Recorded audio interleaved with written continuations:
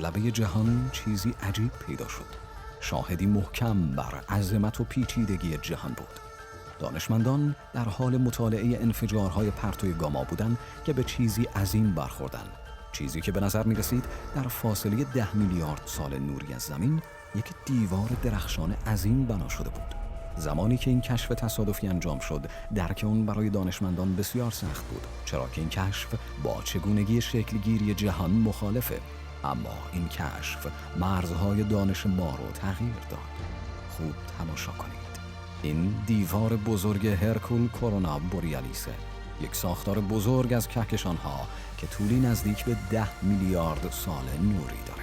اگه یه فوتون نور بخواد از لبه دیوار بزرگ هرکول به لبه دیگه بره، این سفر 10 میلیارد سال طول میکشه. سفری که تقریباً به اندازه سن خود کیهان طول خواهد کشید. این ساختار بزرگترین و پرجرمترین ساختار شناخته شده در جهان قابل مشاهده است. عجب جهان عجیب و بزرگی.